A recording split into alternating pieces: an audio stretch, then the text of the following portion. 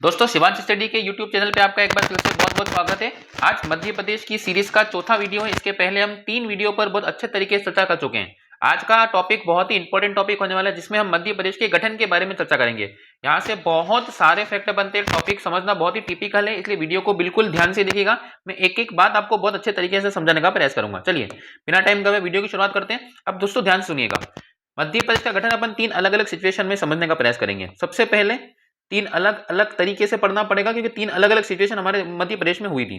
सबसे पहली सिचुएशन की अगर बात करूं तो मध्य प्रदेश का गठन हम पढ़ेंगे 1947 की स्थिति के अनुसार। 1947 की स्थिति मतलब देश जब आजाद हुआ था तो उस समय हमारा मध्य प्रदेश कैसा था, कौन कौन से क्षेत्र इसमें शामिल थे। दूसरी हम बात करेंगे 1956 की स्थिति। 1956 की स्थिति पढ़ना इसलिए जरूरी है क्योंकि 1956 में देश में राज्य पुनर्गठन आयोग का गठन हुआ था। उस समय राज्यों को काफी तोड़ा गया था, काफी जिले इधर उधर किए गए थे, तो वो भी स्थिति हमें पढ़ना जरूरी है। और तीसरा हम बात करेंगे 1956 के बाद की स्थिति। 1956 के बाद, और इसी को हम बोल सकते हैं मध्य प्रदेश की वर्तमान स्थिति। इसी वर्तमान स्थिति में हम सन 2000 में जब मध्य प्रदेश से छत्तीसगढ़ टूट के अलग हुआ था, तो उन चीजों को भी यहाँ पर कनेक्ट करने का प्रयास करेंगे। अगर ये वीडियो काफी ज्यादा लंबी होगी तो हम इसको 2 पार्ट में कवर करने का प्रयास करेंगे, लेकिन हाँ वीडियो को बहुत अच्छे तरीके से ध्यान से देखिएगा। चलिए सबसे पहले शुरुआत करते हैं हम 1947 की स्थिति की, जब देश आजाद हुआ। 1947 की स्थिति मध्य प्रदेश की, जब देश आजाद हुआ तो मध्य प्रदेश कैसा दिखता था, उसमें कौन कौन सी शामिल थी। चलिए इसको मैप के माध्यम से समझने का प्रयास कीजिएगा। देखिए ये हो जाएगा मध्य प्रदेश का मैप। अब थोड़ा ध्यान दीजिए। चलिए अब ध्यान दीजिए, मैं आपको कुछ क्षेत्र यहां पर बताने जा रहा हूं, इन क्षेत्रों को थोड़ा गौर कीजिएगा। मध्य प्रदेश का जो ईस्ट वाला क्षेत्र था, ये जो पश्चिम वाला क्षेत्र था, इस क्षेत्र को मध्य भारत के नाम से जाना जाता है। आपको ये नाम याद करने पड़ेंगे क्योंकि इन्हीं का प्रयोग होगा। इन्हीं का प्रयोग आगे जब गठन किया जाएगा तो उनमें होगा। ये वाले क्षेत्र को हम मध्य भारत के क्षेत्र के नाम से जानते थे, ठीक है। उसके बाद बीच में एक रियासत आपको याद रखनी पड़ेगी, इसको अलग से कनेक्ट करना पड़ेगा। तो ये जो रियासत थी, ये रियासत हुआ करती थी भोपाल रियासत, ठीक है। उसके बाद अच्छा, ये जो मध्य भारत का क्षेत्र है वो यहां से लगाकर इतना, मतलब ये पूरा ग्वालियर वाला जो क्षेत्र लगाकर इस पूरे क्षेत्र को मध्य भारत क्षेत्र के नाम से जाना जाता था। अब ये जो बीच वाला क्षेत्र है, इस बीच वाले क्षेत्र को नाम दिया जाता था सेंट्रल प्रोविंसेस। इस बीच वाले क्षेत्र को सेंट्रल प्रोविंसेस के नाम से जाना जाता था। नीचे की तरफ आपको एक क्षेत्र मिलेगा जो कि हैदराबाद से हमने लीज पर लिया था 1903 में। इस क्षेत्र का नाम हुआ करता था बरार। बरार के बाद अगर आप ऊपर के क्षेत्र को ध्यान से देंगे तो ऊपर के क्षेत्र को नाम दिया जाता था विंध्य प्रदेश। आपको केवल नाम याद रखना है, आप में कौन सा क्षेत्र था उसको फिलहाल छोड़ दीजिए। मैंने अभी बताया आपको मध्य प्रदेश के पश्चिमी क्षेत्र को मध्य भारत के नाम से जाना जाता था। एक अलग से रियासत याद रखिए, भोपाल रियासत। बीच वाले क्षेत्र को सेंट्रल प्रोविंसेस के नाम से जाना जाता था। नीचे का क्षेत्र हमने हैदराबाद से लीज पर लिया था बरार। और एक तरफ हो जाए कौन सा, उत्तर बुंदेलखंड बघेलखंड क्षेत्र मिलाकर तो इसको विंध्य प्रदेश के नाम से जानते थे। और इसी के अंदर शामिल है कौन सा वाला क्षेत्र आपका, छत्तीसगढ़ के क्षेत्र को भी इसी के अंतर्गत शामिल किया गया था। तो ये उस समय 1947 में मध्य प्रदेश की लगभग स्थिति ये हुआ करती थी, जिसमें मध्य भारत, भोपाल रियासत, सेंट्रल प्रोविंसेस, बरार, विंध्य क्षेत्र और पूरा का पूरा छत्तीसगढ़ इसके अंतर्गत शामिल था। ध्यान दीजिएगा, मैं अभी बताया कि ये वाला क्षेत्र भी किसके अंतर्गत आएगा, मध्य भारत के क्षेत्र के अंतर्गत ही शामिल होगा। अब थोड़ा सा आगे बढ़ते हैं। अब जैसे ही भारत को आजादी मिली, तो भारत को आजादी मिलने के बाद हमने पूरे देश को 4 भागों में बांटा था, आप सभी को पता होगा, जिसके अंतर्गत पार्ट ए आता था, दूसरे नंबर पे पार्ट बी शामिल था, तीसरे नंबर पे पार्ट सी शामिल किया गया और चौथे नंबर पे पार्ट डी। भारत को इन 4 भागों में बांटा गया था। अब जब पूरे भारत को बांटा गया है तो मध्य प्रदेश के भी कई सारे क्षेत्र पार्ट ए में, पार्ट बी में, पार्ट सी में और पार्ट डी में क्या किए गए, शामिल किए गए। अब जो पार्ट ए था, इस पार्ट के अंतर्गत शामिल किया गया किसको, आपका सेंट्रल प्रोविंसेस बरार। मैंने अभी बताया आपको, जो सेंट्रल प्रोविंसेस बरार वाला क्षेत्र है, जो सेंट्रल प्रोविंसेस और बरार वाला क्षेत्र है, इसको भाग ए नाम दिया गया। चलिए इसको मैं आपको एक अच्छे नए मैप से समझाने का प्रयास करता हूं, थोड़ा और ध्यान से देखिएगा। एक मैप है ये वाला, चलो इसको भी ध्यान से देखिए। अब ये स्थिति है जब भारत स्वतंत्र हो गया, स्वतंत्रता के बाद की स्थिति है। ये देखिए, ये वाला जो पूरा एरिया है, इस पूरे एरिया को नाम दिया गया पार्ट ए। ध्यान दीजिए, ये वाला पूरा क्षेत्र पार्ट ए कहलाया। इसमें पार्ट ए, और ये पार्ट ए में कौन कौन शामिल होगा, तो पार्ट ए में मैंने अभी बताया, ये बीच वाले क्षेत्र में क्या था आपका, सेंट्रल प्रोविंसेस था, सेंट्रल प्रोविंसेस। और ये नीचे वाला क्षेत्र जो था बरार, तो पार्ट ए में 2 जगह शामिल की गई। ये देखिए, सेंट्रल प्रोविंसेस के साथ साथ किसको शामिल किया गया, बरार वाले क्षेत्र को शामिल किया गया। तो ये वाला क्षेत्र, ये वाला जो पूरा क्षेत्र था, इसको नाम दिया गया पार्ट ए वाला क्षेत्र। और नाम क्या रख दिया गया, नाम तो पहले से था, सेंट्रल प्रोविंसेस प्लस क्या हो गया, बरार। तो ये शामिल हुआ किधर, पार्ट ए में मैं अभी सब बताऊंगा। इसकी राजधानी क्या थी, उसकी राजधानी, पहले आप क्षेत्र समझिए। तो ये हो गया पार्ट ए। दूसरा नंबर पार्ट बी। पार्ट बी में शामिल किया किसको, पार्ट बी में ध्यान दीजिए, अभी नाम बताया था मैंने आपको, पार्ट बी में शामिल किया गया मध्य भारत वाले क्षेत्र को। तो ये वाला क्षेत्र कहलाया मध्य भारत का क्षेत्र पूरा। और पार्ट बी में शामिल हुआ तो मध्य भारत में किसको शामिल किया गया, मध्य भारत में शामिल किया गया मध्य भारत वाला क्षेत्र को। ठीक है, अब आते हैं पार्ट सी के अंतर्गत। पार्ट सी की अगर बात करेंगे तो जो विंध्य प्रदेश था, ये जो विंध्य प्रदेश था इसको शामिल किया गया कहां पर, पार्ट सी में। पार्ट सी में इसको शामिल किया गया, तो पार्ट सी में शामिल कर दिया गया किसको, विंध्य प्रदेश को शामिल कर दिया गया। अब बात करते हैं भोपाल की। भोपाल के साथ क्या हुआ, भोपाल शुरुआत में तो एक स्वतंत्र रियासत थी, लेकिन बाद में पटेल साहब ने बहुत ही ज्यादा दबाव बनाकर इसको भी भाग सी में शामिल कर लिया गया। तो भोपाल में भी, पार्ट सी में भी कौन भी शामिल था आपका, भोपाल भी शामिल था। ठीक है, अच्छा विंध्य प्रदेश भी पहले पार्ट बी में शामिल था, बाद में आकर कहीं में मिलाया गया पार्ट सी में। आई होप आपको इतनी बातें समझ में आएगी। मैं हल्का फुल्का एक बार फिर आपको ओवर देता हूं। मध्य प्रदेश के नक्शे को थोड़ा ध्यान से देखिए। उस समय मध्य प्रदेश का नक्शा कुछ अलग स्थिति में रहा करता था। सबसे पहले ये पूरा क्षेत्र जो पश्चिम का क्षेत्र था इसको मध्य भारत, इसके अंतर्गत आपका मध्य भारत ग्वालियर वाला क्षेत्र भी आ जाएगा। एक रियासत को अलग से याद रखिए क्योंकि उस समय ये भोपाल स्वतंत्र रियासत होती थी, बाद में आकर मिलाया गया इसको। ऊपर वाला क्षेत्र कहलाएगा आपका विंध्य क्षेत्र कहलाएगा। बीच वाले क्षेत्र को सेंट्रल प्रोविंसेस, इसको बोलते हैं सीपी, आपने नाम सुना सीपी तथा बरार, ये सेंट्रल प्रोविंसेस का शॉर्ट नाम हो जाएगा। और इसी नीचे वाले क्षेत्र को नाम दिया कौन सा आपका, बरार। और छत्तीसगढ़ वाला पूरा क्षेत्र तो इसके अंदर शामिल ही है। तो ये सेंट्रल प्रोविंसेस के अंतर्गत ये पूरा वाला भाग शामिल किया गया, जिसको हमने कहीं में रखा था, पार्ट ए में। मध्य भारत वाले पार्ट को कहां रखा गया, मध्य भारत वाले पार्ट को हमने पार्ट बी में रखा गया। और विंध्य क्षेत्र को हमने कहां शामिल किया गया, पार्ट सी में।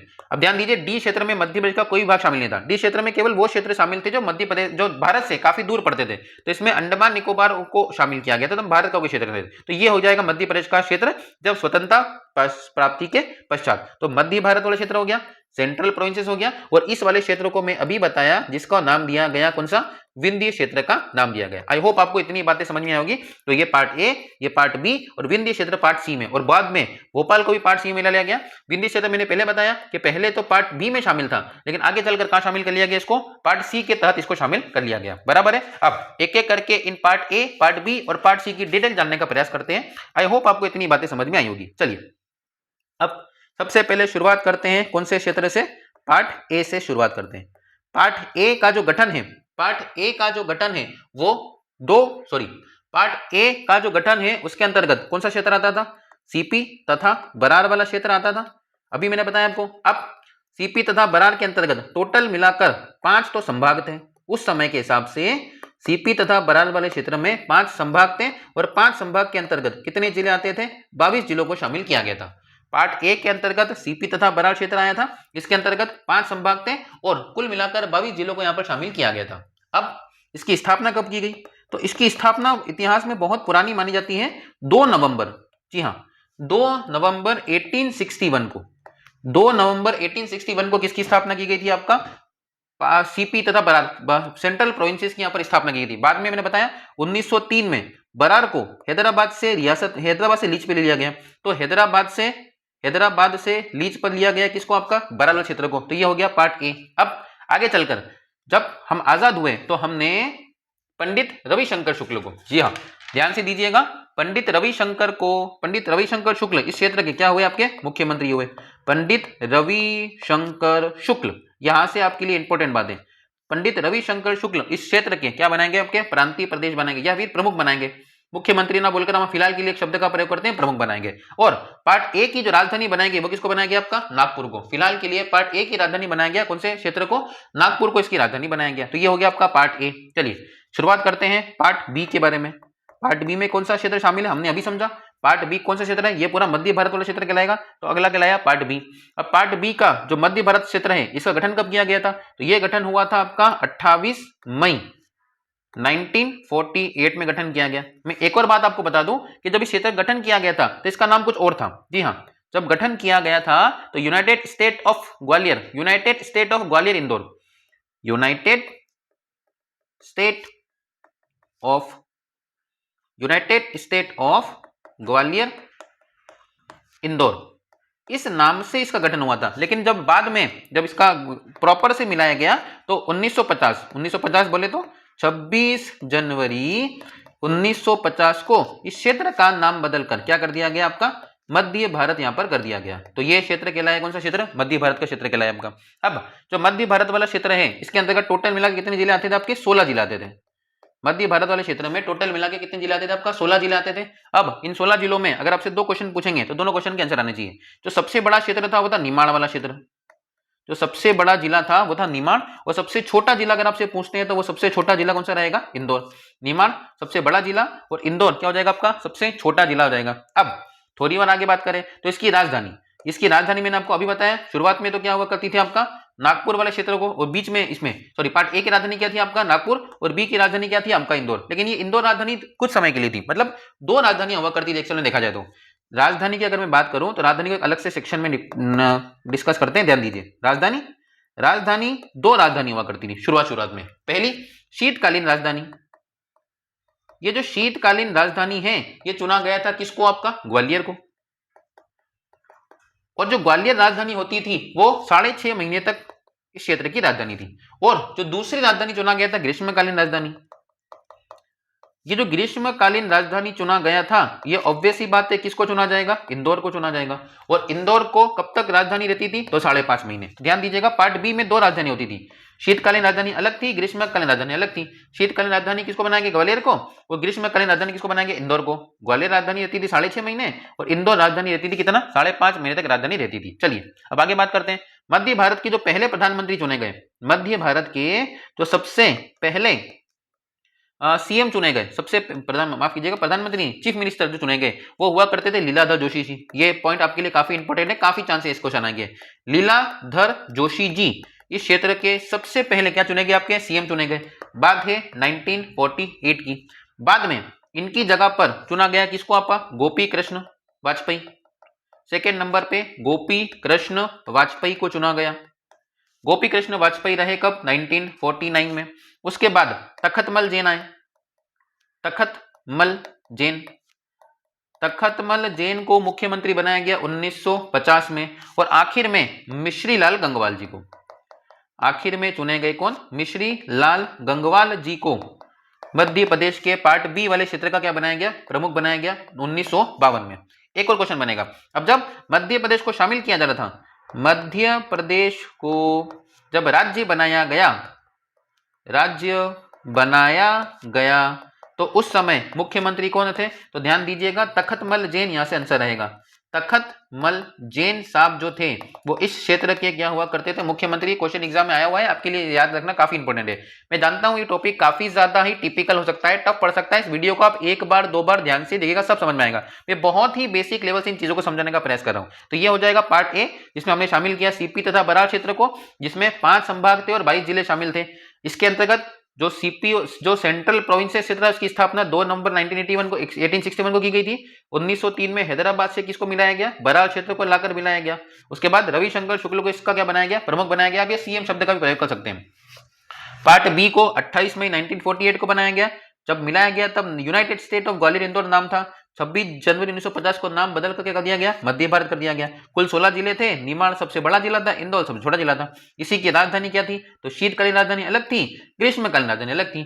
शीतकालीन राजधानी किसको बनाया गया? ग्वालियर को। और इंदौर को बनाया गया कौन सी राजधानी? ग्रीष्मकालीन। 6.5 महीने राजधानी ग्वालियर रहती थी, इंदौर राजधानी रहती थी 5.5 महीने। और इसके बनाएंगे मुख्यमंत्री में सबसे पहले याद रखना लीलाधर जोशी जी, इंपॉर्टेंट है। फिर गोपी कृष्ण वाजपेयी को बनाया गया, तखतमल जैन को बनाया गया 1950 में, मिश्रल गंगवाल बने 1952 में। लेकिन जब मध्य में गठन हुआ था तो आपको पता गठन तो 1950 में हुआ था, तो गठन के समय कौन हुआ करते थे? तो तखतमल जैन 1950 में इस क्षेत्र के क्या हुआ करते थे? आपके प्रमुख या सीएम बोल सकते हैं। चलिए तीसरी बात करते हैं हम पार्ट सी के बारे में। और पार्ट सी में हमने किसको मिलाया था? मैंने अभी बताया, विंध्य क्षेत्र शामिल था। तो विंध्य क्षेत्र को यहां पर क्या किया गया था? शामिल किया गया था। पहले पार्ट बी में शामिल था, बाद में इसको पार्ट सी में लाया गया था हमका। चलिए अब विंध्य क्षेत्र का निर्माण किया गया। तो विंध्य क्षेत्र का निर्माण कब हुआ था? तो ये डेट आपको इंपॉर्टेंट है, 4 अप्रैल 1948 को इसका क्या किया गया? उद्घाटन किया गया। उद्घाटन बोल लीजिए, गठन बोल लीजिए, जो आपको जम जाए आपका। अब सबसे मोस्ट इंपोर्टेंट आती है राजधानी। तो आपको ये तीनों की राजधानी मेरे हिसाब से याद हो गई होगी। तो इस क्षेत्र की जो राजधानी बनाई गई वो राजधानी बनाया गया किसको? आपका रीवा को। उसके बाद आते हैं राजधानी के साथ साथ आपको याद रखनी है उपराजधानी भी। बहुत सारे बच्चे केवल राजधानी रट्टा मार के चले जाएंगे, वो पूछ देगा उपराजधानी, वहां सब फेल होके आ जाओगे। तो उपराजधानी वाला क्षेत्र है वो बनाया गया नौगांव को। नौगांव बनेगी क्या आपकी उपराजधानी। अब ध्यान दीजिए, यहां पर बनाए गए कुछ प्रमुख, यहां पर राज प्रमुख के रूप में सबसे पहले चुना गया किसको, आपका मार्तंड वर्मा। काफी इंपॉर्टेंट नाम है, याद होना चाहिए। मार्तंड सिंह को, मार्तंड वर्मा या मार्तंड सिंह याद करिए, मार्तंड सिंह को, ये दीजिए, मार्तंड सिंह जी को बनाया गया क्या प्रमुख। ये कहां से हुआ करते थे, आपके रीवा से हुआ करते थे, तो राज प्रमुख बनाया गया। लेकिन इसके बाद राज प्रमुख बनाने के साथ साथ किसी एक व्यक्ति को क्या बनाया गया, उपराज प्रमुख बनाया गया। तो आपको उपराज प्रमुख का नाम भी याद पता होना चाहिए। तो उपराज प्रमुख बनाया गया किसको, आपका राजा यादवेंद्र सिंह को। राजा यादवेंद्र सिंह, यादवेंद्र सिंह किस जगह से थे आपके, तो यादवेंद्र सिंह थे पन्ना से। इनको बनाया गया कौन सा प्रमुख, उपराज्य प्रमुख बनाया गया। अब बात करते हैं, ये तो राज प्रमुख थे, अब बात करते हैं मुख्यमंत्री के बारे में। मुख्यमंत्री की अगर अपन बात करेंगे तो मुख्यमंत्री अलग अलग रहेंगे। ध्यान दीजिए, जो बघेलखंड वाला क्षेत्र था, मैंने बताया विंध्य क्षेत्र में आता है ना आपका, तो बघेलखंड वाले क्षेत्र में जो मुख्यमंत्री बनाए गए वो बनाया गया अवधेश प्रताप सिंह को, वो बनाया गया अवधेश प्रताप सिंह को बनाया गया, ठीक है। और जो कौन सा वाला क्षेत्र था, बुंदेलखंड वाला क्षेत्र था, जो बुंदेलखंड वाला क्षेत्र था, बुंदेलखंड वाले क्षेत्र में बनाया गया किसको, आपका कामता प्रसाद मिश्र को, कामता प्रसाद सक्सेना, माफ कीजिएगा, कामता प्रसाद याद रखिए आपका। देखिए मैं बताता हूं, ये विंध्य क्षेत्र है, विंध्य क्षेत्र दो भागों में बटा हुआ है, विंध्य क्षेत्र को दो भागों में बांट रखा है। इस तल वाले क्षेत्र को क्या बोलते हैं अपन, बुंदेलखंड क्षेत्र बोलते हैं, और इस वाले क्षेत्र को हम क्या बोलते हैं, बघेलखंड बोलते हैं। तो बुंदेलखंड का बनाया गया किसको, आपका मैंने बताया अवधेश प्रताप को, और सॉरी बुंदेलखंड को बनाया किसको, आपका कामता प्रसाद सक्सेना को, और बघेलखंड क्षेत्र किसको बनाया गया, आपका अवधेश प्रताप सिंह को। तो दो भागों में बटे थे, दोनों के मुख्यमंत्री अलग बनाएंगे। अब बाद में क्या गया, दोनों को एक कर दिया गया। जी हाँ, जुलाई 1948, जुलाई 1948 में इन दोनों को मंत्रिमंडल को, इन दोनों मंत्रिमंडल को फिर से क्या कर दिया गया, एक कर दिया गया। और जब एक कर दिया गया तो एक प्रमुख हो जाएगा। तो जो एक प्रमुख हुए, जो पहले मुख्यमंत्री हुए, वो कहलाए आपके कौन, अवधेश प्रताप सिंह। तो अगर आपसे सीधा क्वेश्चन बनता है कि पार्ट सी के पहले मुख्यमंत्री का नाम बताइए, तो अवधेश प्रताप सिंह पार्ट सी के पहले क्या हो जाएंगे, आपके मुख्यमंत्री। आई होप आपको ये सारी चीजें आगे एक बार फिर करने कीजिए, ठीक है। Part A central provinces Berar, राजधानी क्या थी, नागपुर। पार्ट बी मध्य भारत वाला क्षेत्र था, राजधानी दो थी, एक इंदौर राजधानी थी, एक ग्वालियर राजधानी थी। पार्ट सी में बुंदेलखंड बघेलखंड विंध्य क्षेत्र का नाम दिया गया, और राजधानी किसको बनाया गया, रीवा को राजधानी बनाया गया। पार्ट ए के मुख्यमंत्री कौन थे, रविशंकर शुक्ल। पार्ट बी के मुख्यमंत्री दो बनाए गए थे, याद कीजिए। सबसे पहले लीलाधर जोशी बनाया गया, गोपी कृष्ण वाजपेयी को बनाया गया, तखतमल जैन तीसरे बनाएंगे, और लास्ट में बनाएंगे मिश्रलाल गंगवाल। 1952 तक कौन थे, मिश्रलाल गंगवाल। लेकिन जब मध्य प्रदेश का राज्य बनाया गया तब कौन थे, तखतमल जैन। पार्ट सी पे आ जाइए। पार्ट सी की राजधानी क्या थी, रीवा। उपराजधानी क्या है, नौगांवा। प्रमुख अलग होते हैं, सीएम अलग होता है। तो जो मुख्यमंत्री बनाएंगे वो बघेलखंड के बनाएंगे किसको, अवधेश प्रताप सिंह को। बुंदेलखंड का बनाएंगे किसको, आपका कामता प्रसाद मिश्र को। बाद में दोनों को एक कर दिया गया, और अवधेश प्रताप सिंह को फाइनली इस क्षेत्र का क्या बना दिया गया, आपका प्रमुख बना दिया गया। अवधेश प्रताप सिंह को प्रमुख बना दिया गया। बाद में जब विंध्य क्षेत्र को शामिल कर दिया गया, पार्ट बी में लाया गया, तो इसका सीएम बदलकर, इस क्षेत्र का सीएम बदलकर किसको बनाया गया, आपका शंभुनाथ शुक्ल को बनाया गया। ये जब पार्ट बी में शामिल था, तब जब सी में लाया गया तो ये सीएम बदलकर किसको बना दिया गया, शंभुनाथ शुक्ल को इस क्षेत्र का क्या बना दिया गया, प्रमुख बना दिया गया। ये हो गया आपका पार्ट सी। अब ये मैंने आपको एक क्षेत्र अलग से लिखा था, याद कीजिए, भोपाल वाला क्षेत्र। तो इस भोपाल वाले क्षेत्र को भी अच्छे से कवर कर लेते हैं, ताकि हमारा 1947 तक का पूरा क्षेत्र कवर हो जाएगा। भोपाल एक स्वतंत्र रियासत थी। जी हाँ, स्वतंत्र रियासत हुआ करती थी। स्वतंत्र रियासत को हम किसी भी क्षेत्र में शामिल नहीं कर सकते थे, अंग्रेजों का नियम था। भोपाल जो रियासत थी वो पाकिस्तान जाना चाहती थी और किसी में शामिल नहीं होना चाहती थी, लेकिन पटेल साहब के दबाव कारण भोपाल को जबरदस्ती कहाँ मिलना पड़ा, भारत में मिलना पड़ा। अब जब भारत में विलय पत्र पर हस्ताक्षर किए थे, तो विलय पत्र में हस्ताक्षर किए गए 30 अप्रैल 1949 को भोपाल ने कहा हस्ताक्षर किए, विलय पत्र में हस्ताक्षर किए। 1 जून को विधिवत रूप से 30 मई को हस्ताक्षर हुए, और वो तारीख है कौन सी, आपका 1 जून 1949 को भोपाल को विधिवत रूप से कहाँ मिला लिया गया, भारत में मिला लिया गया। अच्छा, यहाँ के जो प्रमुख हुआ करते थे उनका नाम था हामिदुल्लाह खान, जो नवाब थे। हामिदुल्लाह खान साहब मिलना चाहते थे किधर, पाकिस्तान में। पटेल साहब ने पूरी हवा निकाल दी। तो हामिदुल्लाह खान थे यहाँ के कौन, आपके प्रमुख, या इनको नवाब कहकर भी बुलाया जाता था। तो ये हो जाएंगे कौन, आपके नवाब। और बाद में जब 1952 आया, तो 1952 में जो भोपाल के मुख्यमंत्री बनाए गए वो बनाएंगे शंकर दयाल शर्मा जी को। तो आई होप आपको ये चारों क्षेत्र अच्छे समझ में आए होंगे। शंकर दयाल शर्मा जी को इस क्षेत्र का क्या बनाया गया, मुख्यमंत्री यहाँ पर बनाया गया। तो 4 क्षेत्र बनाए मैंने आपको, चारों की तीनों की राजधानी अलग अलग होती थी। चौथा शामिल किया गया भोपाल, और भोपाल के मुख्यमंत्री किसको बनाया गया? आपका शंकर दयाल शर्मा को बनाया गया। आई होप आपको इतनी बातें समझ में आई होगी। चलिए अब हम बात 1956 की भी कर लेते हैं बाद में। 1956 के बाद की बात हम अगले वीडियो में यहाँ पर देखेंगे, ठीक है। चलिए अब अभी तक की स्थिति थी 1956 की। अब हम बात करते हैं 1950 47 से लगा 56 तक की। 1956 की स्थिति यहाँ पर क्या हुई थी? अब 1956 की स्थिति में अगर हम देखेंगे तो सीपी और बरार वाला क्षेत्र था। आपको पता चल गया होगा आपके सीपी और बरार वाला क्षेत्र कौन सा है। तो सीपी और बरार वाले क्षेत्र से 8 जिले जो थे, ध्यान दीजिएगा, सीपी बरार वाले क्षेत्र से 8 जिले। अभी 8 जिले आपको पता होना चाहिए कौन सा वाला। एक तो कहलाया अमरावती, अमरावती के साथ कहलाएगा अंकोला, अ वाले इजी याद हो जाएंगे आपको। दूसरा कहलाएगा भंडारा, तीसरा कहलाएगा चांदा, अगला ध्यान दीजिए बुल्डाना। बुल्डाना में एक झील बड़ी फेमस है मध्य प्रदेश में, बुल्डाना महाराष्ट्र में पड़ता है, एक झील बड़ी फेमस, अब तो महाराष्ट्र गया, पहले एमपी में शामिल था। यावतमाला क्रेटर झील बोलते हैं। अगला कहलाएगा वर्धा, और वर्धा के बाद शामिल किया गया किसको? नागपुर को। ये जो 8 जिले सीपी और बरार वाले क्षेत्र में शामिल थे, इन 8 जिलों को किसको सौंप दिया गया? महाराष्ट्र को सौंप दिया गया। तो आज की कंडीशन में 8 जिले आपको कहां देखने को मिलेंगे? महाराष्ट्र वाले क्षेत्र में देखने को मिलेंगे। दूसरी बात करते हैं मध्य भारत क्षेत्र। याद कीजिए मध्य भारत वाला क्षेत्र। इस मध्य भारत वाले क्षेत्र में, इस मध्य भारत वाले क्षेत्र में एक जगह पड़ती थी मंदसौर की तहसील है भानपुरा तहसील। उस मंदसौर की भानपुरा तहसील का एक गांव हुआ करता था, गांव का नाम था आपका सुनील टप्पा। जी हाँ, भानपुरा तहसील का एक गांव हुआ करता था, गांव का नाम था सुनील टप्पा। इस सुनील टप्पा गांव को किसको दे दिया गया? राजस्थान को दे दिया गया। जी हाँ, इस सुनील टप्पा गांव को राजस्थान को दे दिया गया। अब बाकी पूरा मध्य भारत ऐसा कैसा, इसके अलावा जितना बच गया वो पूरा का पूरा कहां शामिल कर लिया हमने? मध्य प्रदेश में शामिल कर लिया। पूरा मध्य प्रदेश में खाली एक गांव हमने किसको दे दिया? राजस्थान को दे दिया गया। अब तीसरी बात करते हैं, जो बीच वाला क्षेत्र था कोटा, कोटा की सिरोज तहसील थी। कोटा की एक सिरोज तहसील को हमने अपने इधर मिला लिया। कहां शामिल कर लिया? विदिशा में शामिल कर लिया। कोटा की सिरोज तहसील को विदिशा में शामिल कर लिया गया। हम मध्य प्रदेश गठन कर रहे हैं तो कैसे कैसे क्षेत्र किसको बांटा गया और किसको हमने मिलाया गया।